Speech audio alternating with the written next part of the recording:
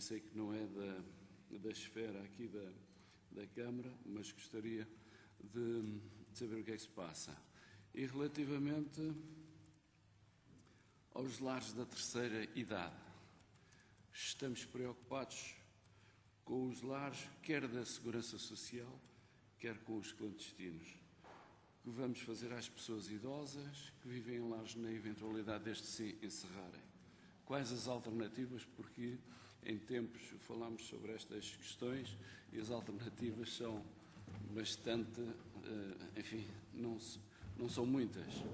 Eu julgo que era a altura realmente, a altura e se calhar, enfim, um bocado atrasado de estudarmos esta situação complexa e muito delicada da sociedade nos tempos que hoje nos afetam. E tenho dito. Sr. Vereador Alexandre Faria. Sr. Presidente, bom dia a todos. Apenas para registrar com agrado a homenagem que a Câmara Municipal de Cascais recebeu na passada sexta-feira, já ao final da tarde, na pessoa do Sr. Presidente, por parte do Governo da República da Moldávia, que, através do envio cá do seu conselheiro do Primeiro-Ministro para os negócios estrangeiros e para a diáspora, condecorou o Sr. Presidente na pessoa da Câmara, ou melhor, ou a Câmara na pessoa do Sr. Presidente, com o diploma mais elevado do Governo moldavo e atendendo ao trabalho que tem sido feito no intercâmbio cultural entre a cidade de Unguene e a vila de Cascais, no âmbito da germinação que ocorreu em junho passado e que me deixou particularmente satisfeito como reconhecimento do trabalho que tem sido feito por esta Câmara Municipal nesse sentido, numa homenagem que contou também com a presença do embaixador da Moldávia em Portugal. Muito obrigado. Não havendo mais... Só já agora, e aproveito também para o felicitar por essa condecoração, como é evidente. Não havendo mais intervenções, então só dando aqui outro esclarecimento. Em relação à contestação, em relação às freguesias, enfim, não tenho visto nada de novo, a não ser o que já temos vindo a assistir de trás. O que posso, de qualquer das formas, informar a Câmara é que o Sr. Vereador Alexandre Faria tem estado a liderar um processo juntamente com um escritório de advogados, no sentido de ver qual a melhor estratégia de apresentação da ação que iremos colocar na tentativa de não prevalecer a decisão que vier a ser tomada, porque ainda não foi tomada a decisão definitiva. Estou a dizer isto, não é que tenha alguma expectativa sobre a decisão que vai ser tomada, mas do ponto de vista formal ou legal faz toda a diferença. Porque para todos os efeitos, neste momento, ainda não existe uma votação final, que deverá ocorrer esta semana, mas a estratégia que estamos a seguir é de apresentar uma ação, já aprendendo com as ações que foram colocadas por outros e que não têm tido provimento, e envolver as 6 juntas de freguesia, para as quais já fiz o convite a 2 dos 4 presidentes de junta, que obviamente se manifestaram disponíveis. E agora irei, hoje, enfim, a princípio desta semana, contactar os outros 4, dos quais também não espero que haja nenhuma dificuldade em apresentar uma ação da Câmara com as 6 juntas de freguesia. Isto também, dito assim, para já não é nada, mas faz toda a diferença também, porque exatamente com o que aprendemos nas respostas que foram dadas pelo Tribunal Administrativo em relação a outros processos que já entraram, estaremos mais seguros, digamos assim, do ponto de vista jurídico-legal. Portanto, é isso que vamos fazer. De qualquer das formas, não gostaria de deixar, uma vez mais, de realçar o seguinte: da legislação que está a ser aprovada e daquela que irá ser aprovada, a questão das freguesias, a meu ver, é a menor das questões. É onde toda a gente está focada, mas é, a meu ver, a menor das questões. A grande questão tem a ver com a lei das competências e com a lei do financiamento das autarquias locais. A lei das competências já está entregue na Assembleia da República, a lei das finanças locais ainda não foi entregue na Assembleia da República e faltará ainda entregar uma proposta de lei que tem a ver como é que no futuro serão fundidas ou criadas freguesias e concelhos. Lei essa que eu não conheço o texto, nem sei se existe esse texto de proposta de lei, mas não é muito difícil antever que essa lei irá contradizer, inclusivamente, o que foi agora aprovado em sede de reorganização administrativa, a lei das freguesias. Porque, como é óbvio, não é possível garantir numa lei que é para prevalecer a médio e longo prazo que se mantenham freguesias, por exemplo, do tamanho que neste momento existem. Portanto, ou seja, há de ser estabelecido limites a partir dos quais podem-se pedir desagregação de freguesias. E, portanto, vai ser, a meu ver, alguma confusão que isso vai gerar. Porventura, Cascais poderá passar a ter 9 ou 10 freguesias à conta da nova lei, quando agora nos estão a tentar reduzir de 6 para 4. Essas leis têm a ver com aquilo que há pouco falou, que é de haver mais cargos dirigentes numa estrutura intermédia. É exatamente uma dessas leis que prevê que nas áreas metropolitanas e nas CIMs, portanto nas comunidades intermunicipais, sejam criados órgãos que hoje já existem, nomeadamente a Junta Metropolitana, mas neste caso com uma composição diferente e com remunerações também para os futuros titulares desses órgãos. É certo que hoje já existe, mas não funciona. Não seria mal se passasse a existir e funcionasse. Agora, aquilo que eu vejo que está na lei a prever como é que pode funcionar é que também não acredito que funcione. E, portanto, não é propriamente a minha discórdia em relação a isso. Não tem a ver com haver 36 ou for remunerados. Tem a ver é como tudo na vida. Há coisas que são baratas, mas ficam caras, e há coisas que são caras e ficam baratas. Esta é uma coisa que nem uma coisa nem outra não funciona. E, portanto, se não funciona, tudo o que não funciona é caro. E, portanto, nesse sentido, essa é, de facto, a preocupação. Em relação à linha de Estoril da CP, também só rever, nós temos 2 problemas nesta linha. O primeiro tem a ver com a força motriz, é a única linha na Europa que tem este tipo de força motriz, porque por ser exatamente pioneira, por ter sido a primeira a ser construída e não ter sido objeto ao longo dos variedíssimos anos de investimento. E depois temos um segundo problema, que é de material circulante, carruagens. Em 2009 teve um concurso público para a aquisição de carruagens. Só para se ter uma ideia, na altura era uma aquisição de 300 milhões de euros. Só para também se ter uma noção, só no TGV, em estudos, gastou-se muito mais do que 300 milhões de euros. Portanto, é para se perceber também a qualidade do gasto público, onde é que foi parar. E não foi feito, e foi suspenso pelo anterior governo essa aquisição. E, de facto, neste momento o equipamento está a funcionar, tem segurança, não vale a pena fazer alaridos e dramatismos e alarmismos sobre a questão de segurança. Agora, como é óbvio, tem um prazo de manutenção em cada uma daquelas carruagens muito superior àquilo que deveria ser, o que origina a que todo o material circulante que está na linha seja diminuído e, portanto, seja por via disso. O que, desde há um tempo a esta parte, nomeadamente quando assumi a presidência da Câmara, iniciei ainda no anterior governo e depois no atual, a questão de vermos como é que podemos, de facto, resolver a questão do equipamento. Tendo a Câmara Municipal de Cascais se manifestado interessada em estar envolvida juntamente com a Câmara de Oeiras e com a Câmara de Lisboa. A Câmara de Oeiras e de Lisboa não tiveram esse interesse em também estar envolvido no processo e nós temos vindo a acompanhar. O que se coloca neste momento, mas também não é novidade para ninguém, estava no famoso documento da Troika, só que passou também despercebido a muita gente, é que até ao final de 2013 a linha deve ser concessionada ou privatizada. Aqui colocam-se 2 questões: ser privatizada ou concessionada em conjunto com as linhas suburbanas da área metropolitana de Lisboa, ou serem de forma independente. A linha de Cascais tem um cash flow de exploração positivo, não quer dizer que tenha um lucro, tem um cash flow de exploração positivo. E a de Sintra também, ao contrário das outras, que têm todos, inclusivamente o próprio cash flow de exploração, negativo. Portanto, o que está a ser estudado é a possibilidade dela ser concessionada.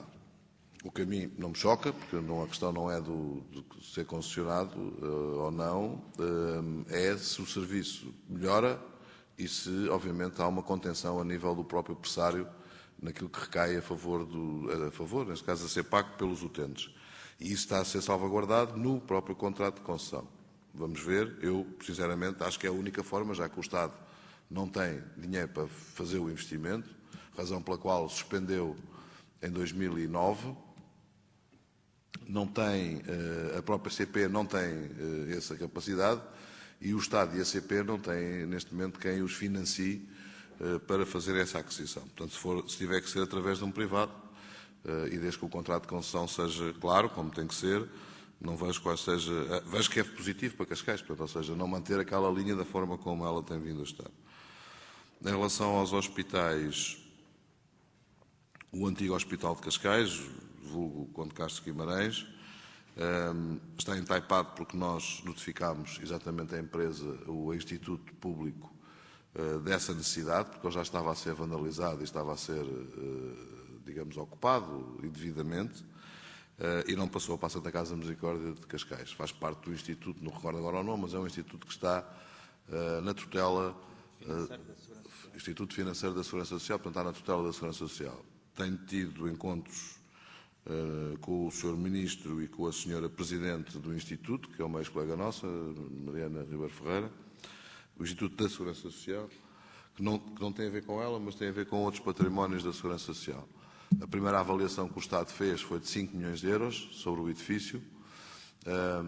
Nós estamos a ver se encontramos uma fórmula diferente, da qual também já tive a oportunidade de falar com o Sr. Primeiro-Ministro, e penso que essa seria uma grande decisão do Governo, que era avaliar todos os patrimónios que tem nos municípios e termos um veículo para que eles possam ser desenvolvidos. Não se está à espera que os municípios ainda vão comprar ao Estado.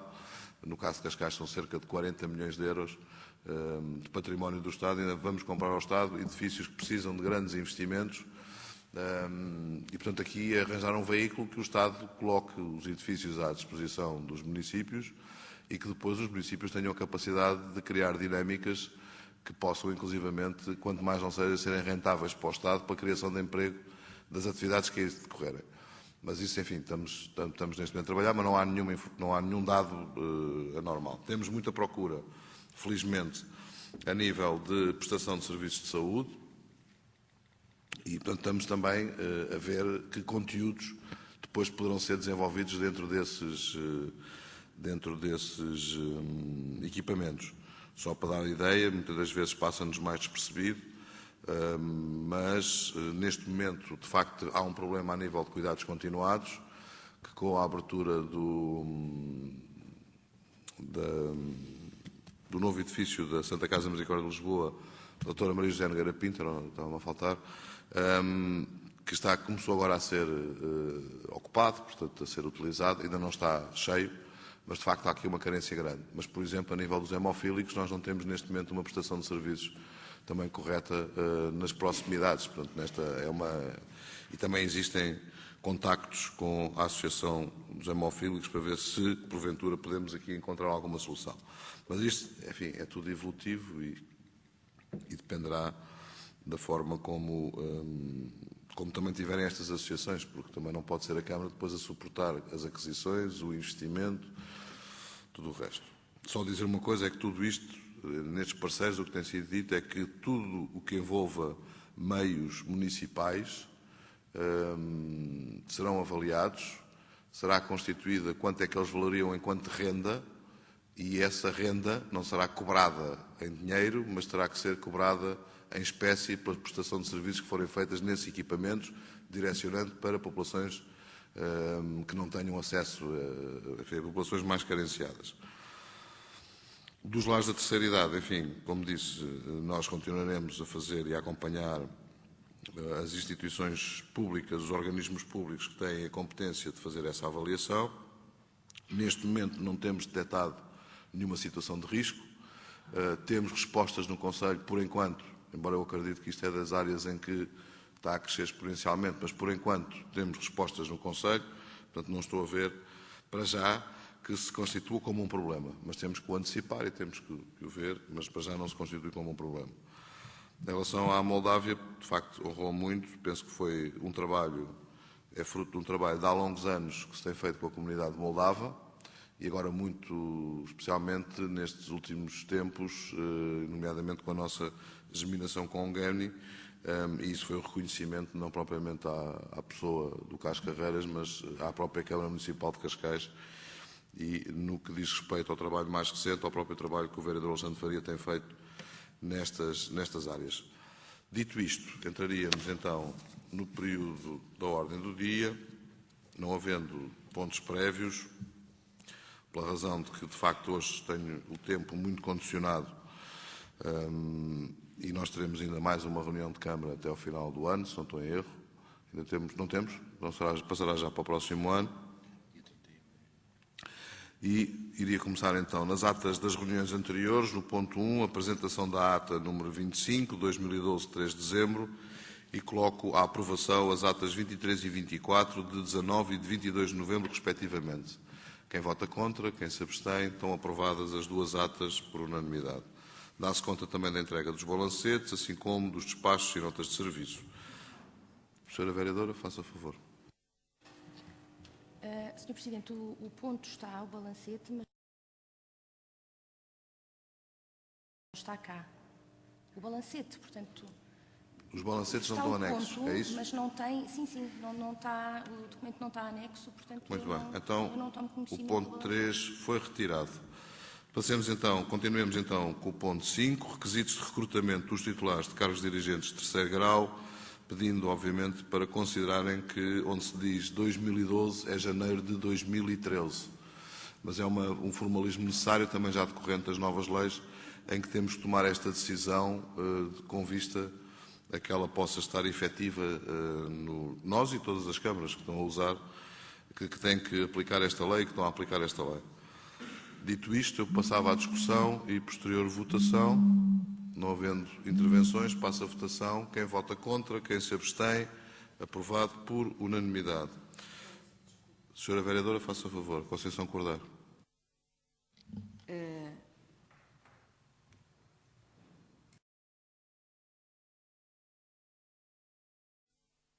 Muito bem. Arrependeu-se, e certamente por uma boa razão. Passamos agora ao ponto Direção Municipal de Áreas de Suporte, que tem 2 pontos, 6 e 7, que coloco à discussão em conjunto e depois, eventualmente, votaremos separadamente. Senhora Vereadora, faça favor. Sr. Presidente, tenho apenas uma pergunta em relação ao ponto 6. A sacristia da referida igreja.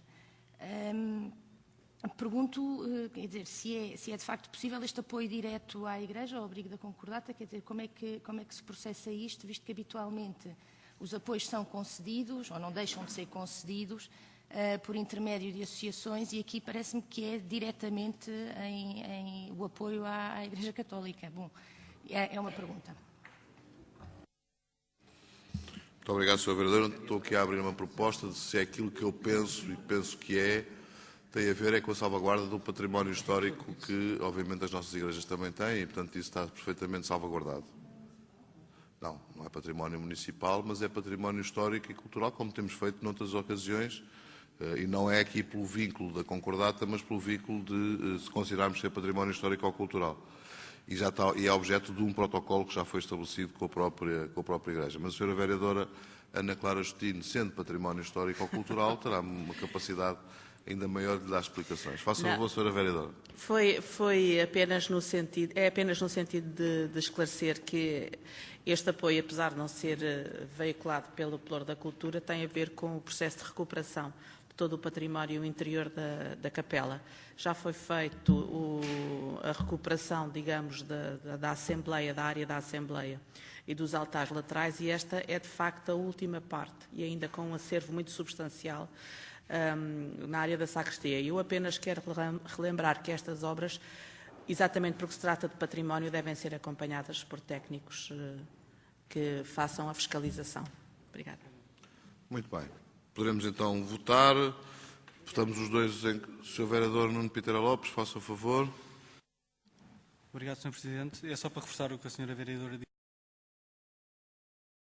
A Igreja e não é a Igreja, porque a fábrica da Igreja é precisamente essa instituição que recebe os subsídios. Sim, para o caso iria dar ao mesmo, mas enfim, mas aqui a questão é da função para que os mesmos são destinados e essa é que penso que é relevante para o facto. E nós todos somos, obviamente, zelosos do nosso património histórico-cultural, logo a seguir ao património humano que temos. Dito isto, passemos então à votação. Penso que podemos votar em conjunto. 6 e 7 estamos a votar em conjunto. Quem vota contra, quem se abstém, aprovado por unanimidade. Passando agora ao ponto 8, aquisição de um prédio rústico, à área de 984 metros quadrados, situado no bairro de Alcoitão, pertencente, porque lhe falta o I, bairro de Alcoitão. Há sítio no Barro, é capaz de ser mesmo sítio do Barro. É. Muito bem. Está em discussão, não havendo intervenções, passarei a votar. Estamos em votação. Quem vota contra, quem se abstém, aprovado por unanimidade. No ponto de contabilidade e gestão de disponibilidades, 9 e 10, uma é a abertura de conta bancária e o 10 é a alteração aos fundos de maneio atribuídos. Estão em discussão, penso que este não tem grande discussão. Passa a votação, os dois em conjunto, penso que pode ser. Quem vota contra, quem se abstém, aprovado por unanimidade. Entramos agora na gestão patrimonial, que tem 3 pontos. Uma doação, uma alienação e uma alteração do prazo de direito de superfície, que coloca os 3 à discussão e depois, eventualmente, os 3 em votação separada. Não há intervenções, podemos votar em conjunto. Passemos então a votar o 11, 12 e 13 em conjunto. Quem vota contra, quem se abstém, aprovado por unanimidade. Passávamos agora à gestão urbanística, com 2 alterações. A licenças de loteamento. Também coloco os 2 à discussão. Sr. Vereador Pedro Lopes de Mendonça. O ponto 15 é uma alteração de creche, não é, para o comércio, julgo eu. Se não é comércio, é habitação. Não é? Dada a carência de creches que efetivamente existem aqui no Conselho, esta alteração ponderou essa questão.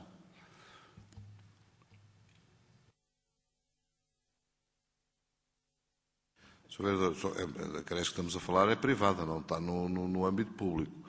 O que nós temos vindo a fazer é esse investimento na área pública e, neste momento, estamos com bons resultados a nível da cobertura das necessidades do Conselho. Obviamente, sempre fazendo um esforço cada vez maior em termos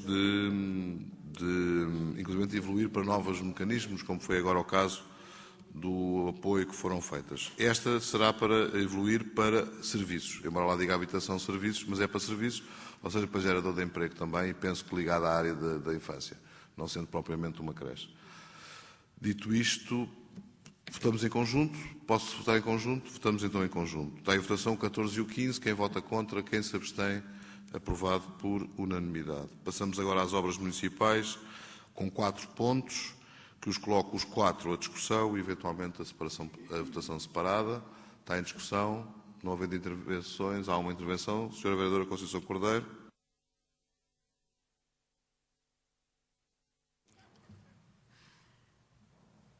É relativamente a esta proposta de número 16, que tem a ver com a gestão de pedidos de transporte. Eu não sei se isto é muito urgente, mas eu acho que há aqui pequenas coisas que deviam ser melhor articuladas, na medida em que é referido, no fundo é a articulação de uma gestão da frota com o GDCC, o Sistema de Gestão Documental, que me parece perfeito. Mas é referido aqui a utilização de um livro-E, e o livro-E é um livro de correspondência externa, ou a Câmara aprova aqui com pequenas adequações a fazer entre a área da gestão documental, que é do Vice-Presidente da área da comunicação, e a DMOM, ou ela vinha depois a corrigir. São pequenas coisas que têm alguma implicação e é só por isso.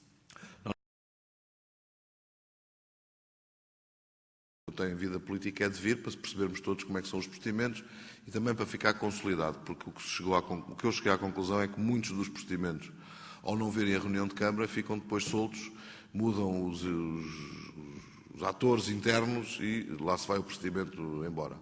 E, portanto, aqui a lógica é, de facto, de formalizá-los aqui. Portanto, a urgência não é nenhuma e, portanto, eu retiraria o 16 e a Sra. Vereadora faria chegar depois ao Sr. Diretor Municipal, que é quem teve a responsabilidade de apresentar de sugerir este ponto, essas alterações. Estão então em discussão o 17, o 18 e o 19, e não havendo intervenções, penso que os posso votar em conjunto, 17, 18 e 19, e que estão à votação. Quem vota contra, quem se abstém, aprovado por unanimidade. Temos agora o ponto 20 da Rota Jovem, apoio às suas atividades, que também está em discussão, e passo a votação. Quem vota contra, quem se abstém, aprovado por unanimidade. E agora no ponto relacionado com a cultura, aquisição de serviços para a realização de estudo e memória descritiva para remodelar a sala de exposições do Museu do Mar Rei Dom Carlos. Está em discussão? Não está em discussão. Este foi retirado, é isso? Não. Então, está na ordem de trabalhos. Passemos a discussão e passo a votação. Quem vota contra, quem se abstém, aprovado por unanimidade. Passamos agora ao ponto da educação, 22, 23 e 24, com a aprovação de um protocolo de cooperação entre o município de Cascais e a Agência Nacional para a Qualificação e o Ensino Profissional. Protocolo muito importante, a meu ver, a construção da EB1 do Monte Estoril, obra revisão de preço definitiva e o programa de apoio alimentar, pagamento faseado de dívida de comparticipação de refeições do ano em relação a alunos que não podem pagar. Eu já tinha pedido para não aparecer o nome dos alunos, para não aparecer o nome dos alunos, portanto, ou seja, todos no processo isso existe, mas não estar evidente e público o nome dos alunos. A Sra. Vereadora queria intervir? Faça favor. Obrigada. Apenas para realçar este acordo entre a Agência Nacional da Qualificação e o Ensino Profissional e o município de Cascais, ele representa um passo importante porque implica que, para aquilo que é a nossa estratégia para assegurar o ensino profissional de qualidade e representativo na oferta de emprego, este acordo era absolutamente necessário. Não só porque fica validado por aquela que é a agência com essa capacidade, como também fica validado o processo que nós iniciámos no sentido de procurar, na oferta de formação mais qualificada, os parceiros para o nosso ensino profissional nas escolas públicas. Ou seja, nós conseguimos assegurar que os parceiros que fazem a formação mais competitiva a nível da oferta de emprego são os parceiros das escolas públicas. E isso confere ao ensino profissional, dado nas escolas públicas, uma categoria completamente diferente. Não esquecer que hoje, com a obrigatoriedade do 12º ano, esta oferta tem um valor completamente diferente para as famílias e para os alunos do que tinha há uns anos atrás, em que era, obviamente, uma oferta quase que, não digo para todos os efeitos, mas quase que secundária no panorama da oferta do ensino público. Ela afirma-se agora como uma via, não só para a aquisição de emprego mais cedo, mas também uma via de pré-formação para o ensino superior, o que pode parecer paradoxal quando se fala de ensino profissional, mas de facto, na prática, muitas das famílias optam por este ciclo de ensino a fim de preparar os alunos e os filhos com mais estofo depois para o ensino superior. Para nós, esta possibilidade que a Agência Nacional para a Qualificação nos dá é também um sinal de que os 2 anos em que temos estado a elaborar com a Escola Matilde Rosa Araújo, no sentido de termos a ATEC, que dá formação para a Auto Europa, estar connosco na formação não só da mecânica como da mecatrónica, é um caminho positivo e reconhecido. E, portanto, é um 2 em 1 neste dia em que aprovamos este protocolo. E eu só queria realçar que foi um trabalho muito complicado, muito complexo, de muita integração com a escola e com a direção do agrupamento Matilde Rosa Araújo e com a ATEC também, mas que eu penso que deu os seus frutos. Muito bem. Quando se discute o ensino dual, aqui nós já vamos à frente. Portanto, já vamos à aplicação objetiva e prática Mas, para além disso, também com algum investimento municipal que já foi feito a nível da formação profissional em mecânica, mas agora na mecatrónica também nos vamos ter que chegar à frente. E também vai ser assinado, penso que esta semana ou na próxima, na área da hotelaria e turismo. Esta semana. É hoje à tarde. Portanto, ou seja, o técnico profissional, de facto, é uma aposta que eu penso que valerá a pena, até porque nestes que estamos a falar de mecânica e no futuro de mecatrónica, não há desempregados. Ou seja, todos aqueles que são formados são absorvidos pelo mercado de trabalho, que tem uma procura muito grande sobre esta matéria. Dito isto, penso que podemos votar os três em conjunto e vamos votá-los. Quem vota contra, quem se abstém, aprovado por unanimidade.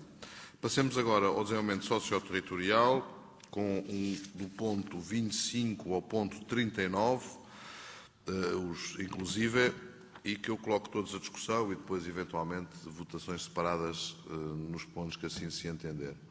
Estão todos a discussão, não há intervenções, podemos votá-los em conjunto. Passamos então a votar todo o desenvolvimento socioterritorial em conjunto. Quem vota contra, quem se abstém, aprovado por unanimidade. Passemos agora ao ponto da Agenda 21, com dois pontos. Projeto de arquitetura para a sede da Associação de Moradores de Altos Gaios e sede do projeto Hortas de Cascais, em São João de Estoril, e o protocolo entre a Câmara Municipal de Cascais e a Associação Criativa no âmbito do projeto Hortas de Cascais também. Portanto, isto é as Hortas de Cascais. Agora, como introdução, talvez tenha sido a pior decisão que eu tomei, porque somos dos concelhos que mais hortas têm e que neste momento a lista de espera, a última informação que eu tinha, era de 900 pessoas. Portanto, ou seja, satisfazemos 40, mas no momento em que satisfazemos 40 entram 100 e poucos logo a pedir também um talhão de hortas urbanas.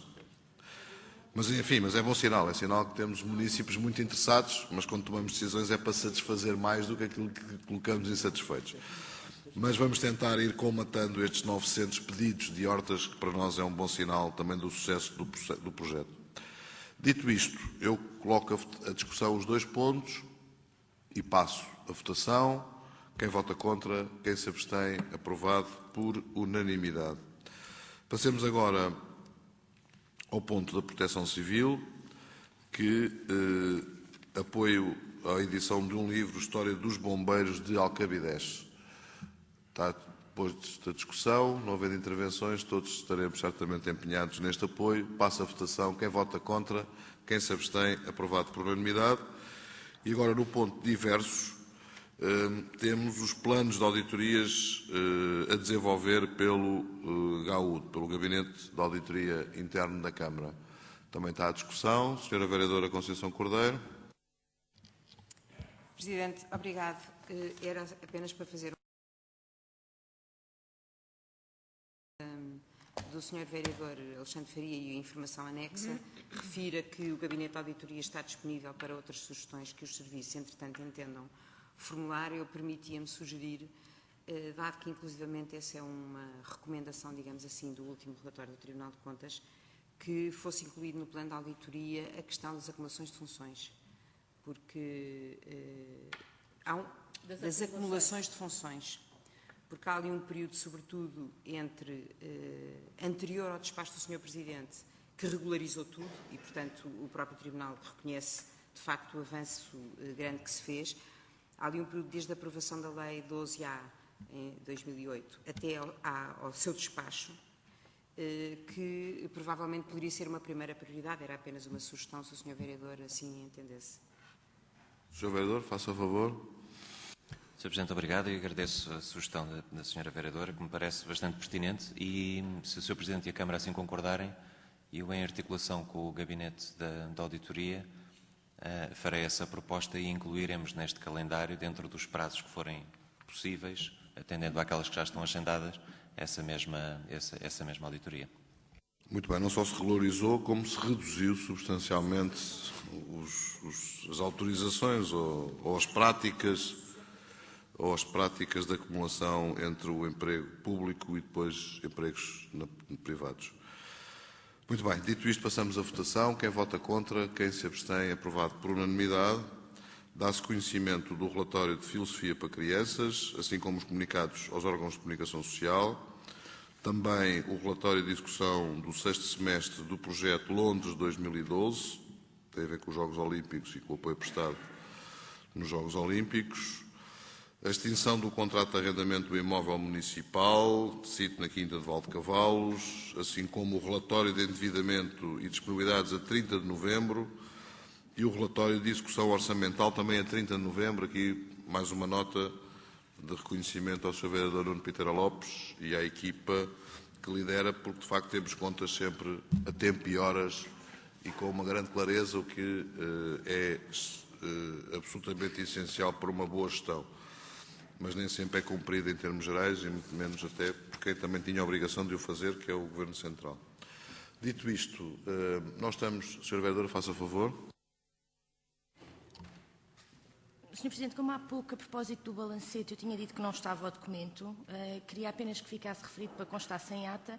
O Dr. António Coelho deu por escrito e já está na ordem de trabalhos como anexo. Sendo um documento que é relativamente fácil de se ver, quer dizer, eu não tenho objeção nenhuma a que se mantenha, está bem? Muito obrigado.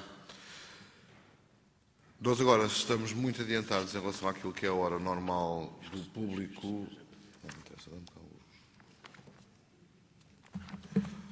E, portanto, eu vou perguntar se estiverem já presentes os municípios na sala. Eu iria convidá-los desde já a fazer a intervenção e começava pelo Sr. Luís Faria.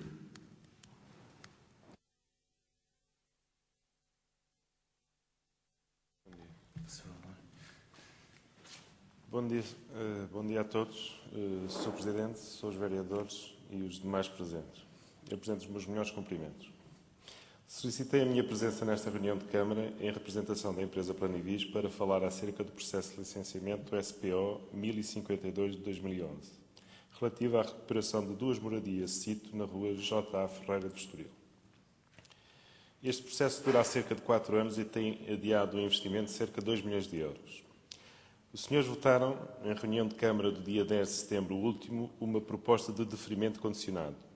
Só que o que foi trazido à votação não espelha a realidade de todo este processo, tal como já vos foi transmitido pela Planivis por comunicações datadas de 8 e 12 de novembro, que aqui dou por inteiramente reproduzidas por uma questão de economia de tempo. Ao indeferimento inicial, interpusemos o recurso hierárquico e, após várias e inúmeras demarches encetadas pela minha empresa, estamos neste momento com uma proposta de deferimento condicionado a uma conformação de projeto.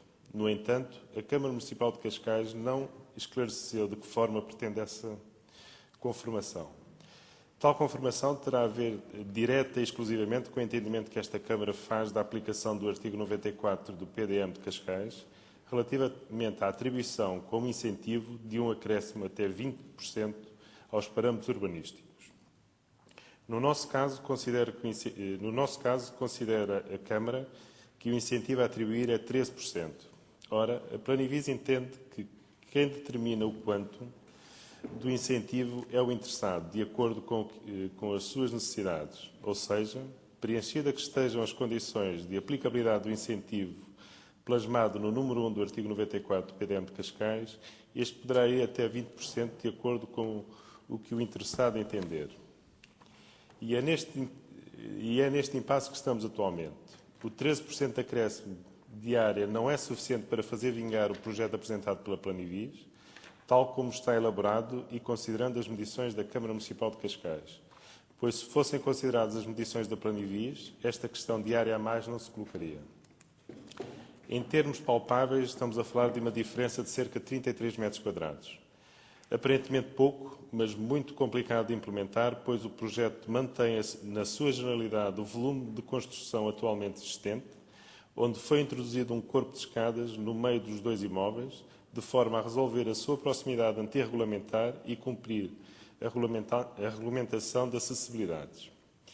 Qualquer alteração irá descaracterizar o projeto e desequilibrar economicamente o empreendimento. Ora, o que é facto é que toda esta situação está a provocar uma enorme penalização financeira à nossa empresa, que vive, como a maioria, as dificuldades resultantes da crise instalada. Apelo, pois, apelo, pois, à minha empresa à sensibilidade e colaboração dos senhores para que seja aprovada sem mais o projeto em causa, até porque existe cobertura legal para essa aprovação. Tendo em conta o que foi dito atrás e também o momento atual em que o país e as empresas atravessam, os investimentos das empresas deveriam justificar um maior apoio e compreensão por parte das entidades públicas. A Planivista está inteiramente disponível para colaborar com esta Câmara, no que for pertinente e adequado para que o projeto chegue a bom porto. Muito obrigado. Muito obrigado, Sr. Luís Faria. Só dizer-lhe o seguinte. De facto, o artigo 94 não decorre da interpretação que o promotor fizer. Mal seria, no nosso Conselho teríamos um acréscimo de construção generalizado de 20% imediatos, porque cada um iria interpretar da forma como o fez.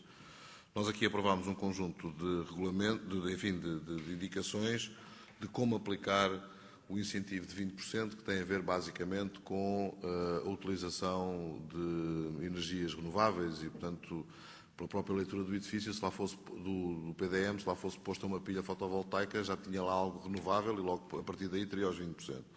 Por isso mesmo sentimos necessidade em fazer algo que pudesse consubstanciar o que era o acréscimo do ponto de vista ambiental, que justificaria o incentivo de 20%. E, portanto, nesse sentido, nós já foi-lhes comunicado, já houve um recurso hierárquico que foi aqui votado em 10 de outubro deste ano. Os senhores já colocaram uma ação em tribunal e o que eu lhe posso dizer é que daquilo que é a interpretação da Câmara, nós já fomos ao limite do que podíamos ir. E, portanto, não temos nenhuma outra decisão a tomar sobre essa matéria. Portanto, aqui o que eu diria era que a empresa terá que fazer salvaguardar dos direitos que pensa que lhe assistam em sede judicial. E, portanto, sobre isso não temos mais nada a acrescentar. Não lhe será dado um incentivo de aumento de construção, até porque isso poderia ser, aquilo que coloca pode ser, do vosso lado eu percebo que seja útil, mas eu não, enfim, há aqui uma questão de equidade e de transparência na gestão pública, neste caso na gestão municipal, que me levará, e não vou entrar a aprofundar, mas enfim, a propriedade quando foi valorizada, não foi valorizada com mais os 20%, valorizada em transações. Como nós não estamos aqui propriamente para apoiar quem tenha uma intenção de ir um pouco mais além do que aquilo que pode construir. E, portanto, isso aqui é para nós, prefiro que o senhor fique muito zangado com esta Câmara do que amanhã estar nas primeiras páginas do jornal, como já vi outros colegas meus, por questões bem menores do que esta. E, portanto, de terem licenciado a mais do que aquilo que a lei lhes permitia licenciar. Portanto, aqui o que eu lhe recomendaria é, sentindo-se lesado, de recorrer, como já recorreu, ao Tribunal e se o Tribunal decidir a seu favor, obviamente que nós cumpriremos as orientações do Tribunal. Se assim não for, não podemos nós próprios alterar este procedimento, que senão já seria em prejuízo de muitos outros e, eventualmente, seria em prejuízo de muitos outros futuramente. Tem agora 2 minutos para concluir. Faça favor. Nós, em relação à ação no Tribunal, nós metemos-la muito antes de termos uma resposta, porque, efetivamente, os prazos estavam a ser ultrapassados e, se não a tivéssemos feito, corríamos o risco de não o podermos fazer mais tarde. Em relação à situação do artigo 94, eu não estou a dizer que nós não encaramos que a Câmara tem o direito e o dever, efetivamente, de verificar se o nosso projeto se encaixa em alguma das alíneas. O nosso projeto não se encaixa, embora a gente o tenha citado, aquilo que a Câmara atribuiu foi em função da recuperação que nós iríamos ali fazer. E aquilo que eu vejo em relação a essa análise que nos foi enviada relativamente a essa recuperação, foi uma grelha de avaliação para atribuir os 13% e não os 20%, que eu não consegui ver em lado nenhum publicada, não consegui ver, e aquilo que me parece é que é uma avaliação de um projeto de arquitetura, que, a nosso ver, não é função da Câmara fazê-lo, porque, efetivamente, teremos um técnico tão avalizado como aquele que o está a avaliar, a fazer o projeto. Portanto, e aquilo que nos fez algo surpresa, que aquela grelha que nos foi posta à frente não apareceu em lado nenhum e é efetivamente uma grelha que avalia um projeto de arquitetura, mas que não está publicada, não existe em lado nenhum. Portanto, aquilo que nós dizemos em relação ao artigo 94 não é efetivamente aquela que me disse e acho muito bem e concordo com esta Câmara, que efetivamente numa situação de energias alternativas, com certeza que existe a necessidade de fazer uma avaliação dessa energia alternativa, o que é que está a introduzir no projeto. No nosso caso, foi efetivamente uma recuperação, é uma recuperação do projeto que está lá. Nós mantemos sensivelmente a mesma volumetria, e, eventualmente com a forma de medir a área, aparentemente temos mais área, na prática não temos assim tão mais áreas quanto isso. A única coisa que fizemos com o imóvel foi dotá-lo com minimamente condições de habitabilidade atuais. É um imóvel que tem 50 anos, é um imóvel que padece efetivamente de problemas de acessibilidade, de problemas efetivamente de proximidade entre os dois imóveis. A única coisa que tentámos fazer naquele imóvel não foi colher, porque as CERCES, tudo isso são as mesmas, foi única e simplesmente dotá-lo de termicamente melhorar, acusticamente melhorar, tentar meter estacionamento e tão pouco, inclusivamente neste momento temos 7 fogos, passámos para 5, porque efetivamente temos 7 fogos que têm ligação elétrica, portanto não houve aqui qualquer intenção de aumentar a área. E efetivamente aquilo que se passou aqui, inclusivamente nós temos, pelas nossas medições, que é uma outra situação que eu não queria estar a trazer agora aqui para a situação, nós caímos perfeitamente numa situação em que cairíamos dentro dos 13% que esta Assembleia, que esta Câmara nos atribuiu. Agora, efetivamente, é uma situação que nós não entendemos o porquê o ter demorado tanto, o porquê, efetivamente, de ter sido imediatamente rejeitada, quando efetivamente aquilo que pretendemos no imóvel não é mais de ganhar área nenhuma, é efetivamente dotá-lo única e simplesmente de condições atuais. Tão pouco quanto isso, quer dizer... Bem, eu sugeria estar presente o Sr. Diretor do Departamento de Urbanismo. Isto agora deixe-me só dizer... É que já ultrapassou o tempo largamente. Faça favor. É só dizer isto que é importante. Em relação à solução que nos foi dada e foi deliberada nesta Câmara, há aqui uma conformação de um projeto que eu confesso que não lhe sei dizer como é que a Câmara pretende, como é que o iremos fazer. Exatamente por isso. Ou seja, não vamos estar aqui a discutir de projetos de arquitetura, enfim, mas é uma nem eu tenho aqui o processo Câmara, e não é aqui o local mais aconselhado para podermos estar aqui a fazer a reanálise de processos de arquitetura. O que eu sugiro, está presente o Sr. Diretor do Departamento de Urbanismo, que marcará uma reunião com o senhor e lhe explicará quais são as razões que a Câmara evoca, porque não serão exatamente essas que o senhor está agora a colocar na apreciação do projeto. Porque se assim fosse, já agora dizer que o incentivo entra sobre o índice máximo que o PDM permite. Eu não sei se as construções que lá estavam já estavam no máximo do PDM ou não, provavelmente já estavam, mas ao evocar os 13% é que tem uma construção a mais. Mas enfim, não vou estar agora aqui a fazer análise de regulamentos, porque não é o local certo. O Sr. Diretor do Departamento de Urbanismo, o Sr. Arquiteto Luís Campos Guerra, marcará com o senhor quando se for sentar e terá todo o gosto em marcar-lhe uma reunião e explicar-lhe em concreto o que é que o senhor tem ou os seus técnicos têm que fazer para alterar, de facto, as peças que estão entregues na Câmara. Muito obrigado. Tenho uma indicação de que a Sra. Elizabeth Figueiredo desistiu. Qualquer das formas, se estiver presente, não está, confirma-se a desistência. Temos agora o Sr. José Natário Pedro. Se estiver presente, não estando, voltarei a chamar no fim.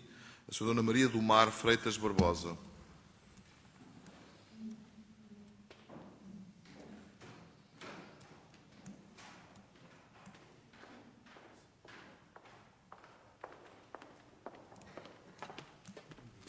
Bom dia. Sr. Presidente, restantes membros, eu venho representar a que penso que terão tido todos acesso e uma carta, uma exposição que foi feita por escrito e entregue a 18 de julho. Ia só pedir para se identificar, porque eu aqui tenho identificado é a senhora... Exato. Eu venho por uma questão de saúde representar a Sra. Dona Maria do Mar, que está aqui, e o meu nome é Teresa Rodrigues Velez. Se mais tarde quiser a minha identificação, posso fazê-la. Ok. Não, era Pronto. só para saber que Exatamente, exatamente. Eu venho então representar a Sra. Dona Maria do Mar por vários motivos, inclusivamente por uma questão de saúde, e num processo que já decorre há algum tempo sobre um imóvel que pertence à sua. Eu penso que o Sr. Presidente terá o processo, que é o 2379/2011, que se prende neste momento com a tentativa da venda do imóvel, que depois de vários pareceres e um alvará que também consta do documento que foi entregue, ser pedido para a legalização total do terreno em si e das construções que já existem, uma vez que é um imóvel que já passou por várias gerações, sempre dentro da mesma família. Ora, havia aqui uma questão que terá sido uma construção que não foi aceite e depois de devidamente avaliada pela entidade competente dentro da Câmara, foi dito que seria necessário a demolição de uma parte. Neste momento, eu venho apelar de uma forma, sabendo que aqui houve uma situação que, enfim, não cumpriu exatamente as regras, portanto, assumindo aqui de alguma forma a culpabilidade do não estar dentro das regras previstas, que dado a um desconhecimento porque foi tratado por terceiros e pensou-se desde sempre que estava tudo dentro das normas previstas pela lei. Bom, tomada esta consciência que efetivamente não estava, iniciaram-se as démarches para, enfim, legalizar tudo e é um processo que já vem a correr com algum tempo. Não conseguiu e foi decretado então que para entrar esta propriedade toda ficar dentro da lei, teria que ser prevista uma demolição e a baixa de uma cota.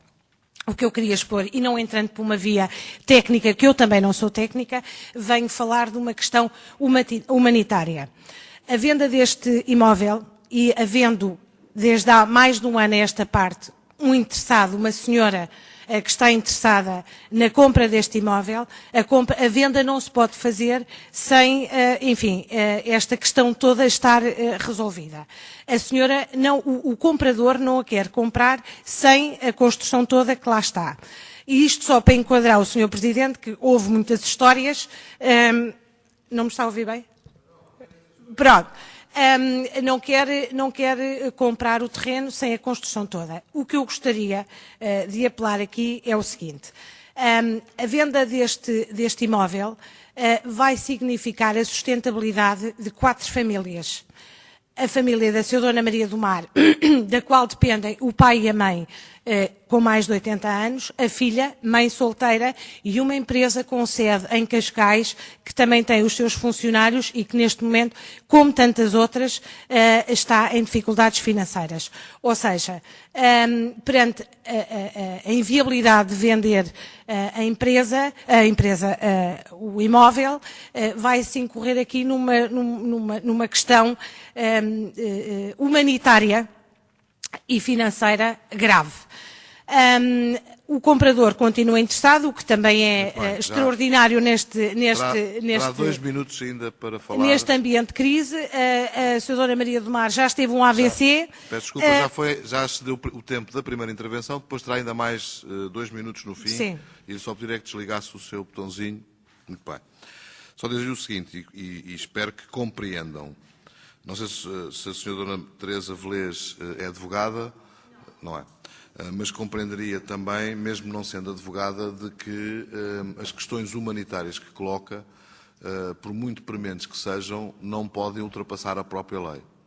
E, ao não poderem ultrapassar a própria lei, não podem levar a que qualquer um dos que está eleito e que tenha competências para despachar sobre processos de urbanismo, ao violar a lei, inclusivamente dá-lhe perda de mandato.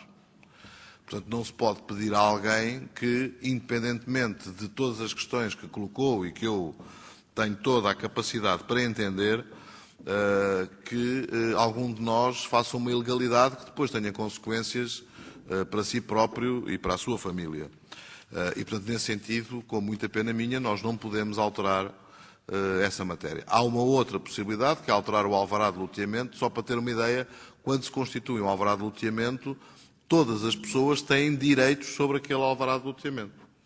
E, portanto, quando alguém faz a mais e depois pretende legalizar, está, na verdade, a ir sobre também os direitos dos outros. E, portanto, isto é muito mais complexo do que pode parecer à partida. Pronto. Portanto, o que eu aconselharia mesmo era ou a convencerem o comprador a comprar a casa sem o valor, o acréscimo de construção que lá está feito, ou entrarem num processo de alteração de alvará de loteamento, que eu não recomendo porque é altamente complexo em termos de tempo e para a área que estamos a falar. Portanto, eu aqui vou-lhe ser franco, não temos qualquer possibilidade de legalmente, e não pode pedir a mim ou a qualquer um dos senhores vereadores ou das senhoras vereadoras que cometa ilegalidades de forma consciente, porventura podemos cometer, mas será sempre de forma inconsciente e tentamos não os cometer, como imagina, mas que cometemos uma ilegalidade de algo que foi construído para além daquilo que podia ser construído, porque os alvarás de loteamento têm previsto quanto é que é a área de construção, qual é a área de implantação, este inclusivamente ultrapassa a área de implantação que estava previsto para aquele lote no alvará de loteamento. Minha senhora, quer dizer, se começarmos todos assim, nunca é possível, então não vale a pena ter regras sobre nada. Portanto, compreendendo a razão, mas da nossa parte não podemos fazer rigorosamente nada, a não ser que a senhora volte a repor a legalidade daquilo que está construído. Tem agora mais 2 minutos. Sr. Presidente, eu sugeria, se me permite, uma visita pelos órgãos competentes ao imóvel, porque não se trata de órgãos oficiais cometerem ilegalidades de todo, não é por aí, com certeza, mas se calhar um parecer e uma visita ao local técnico talvez se compreendesse o que é que se passa dentro de uma propriedade que é a extrema, com o vizinho do lado, é tudo a mesma família. Ou seja, não obstante a ilegalidade ou a falta de cumprimento, até por ignorância anteriormente, do que se estava a fazer, se calhar, como tantas outras situações que há no nosso Conselho, infelizmente, e algumas até que já casas que foram ilegais legalizadas no Conselho, que até foi notícia nos órgãos de comunicação social, talvez uma visita técnica ao local pudesse esclarecer ou, enfim, encontrar outras soluções para o problema em questão. Eu posso fazer as visitas todas que se entender. Agora, não é uma visita... Desculpa lá, só desligar. Não é uma visita ao local que resolve as questões. As questões aqui e a senhora acabou de reconhecer, ainda há pouco, que o que lá está construído é ilegal e que não é legalizável. Portanto, ou seja, nós não podemos legalizar uma coisa que não cumpre a lei. Está-nos a pedir, quando está a fazer isso, está-nos mesmo a pedir para nós cometermos uma ilegalidade. E isso é que nós não podemos fazê-lo. Ainda para mais de forma consciente. Quer dizer, não vou dizer que um dia não a possa cometer, mas de forma completamente inconsciente, e depois defender-me nessa matéria. Agora, de forma consciente, não se pode cometer isso que a senhora está-nos a pedir. É em limite pedir-nos que tenhamos problemas com a própria justiça. E repara, uma coisa dessas, em qualquer momento, dá cabo da vida de qualquer um, porque não estamos cá também para isso, para cometer ilegalidades, por muito que se perceba a razoabilidade do pedido que está a fazer. Mas a lei não vos assiste nesta matéria. E, portanto, aqui o que eu aconselhava mesmo era deitar abaixo os 25 metros quadrados e a partir daí ter tudo legalizado e poder fazer a venda de acordo com aquilo que o comprador está a requerer. Ou então o comprador requerer com a licença de utilização que tem, que não comporta a construção ilegal que lá foi feita. Muito obrigado. Passava então a chamar o Sr. Jaime Sequeira.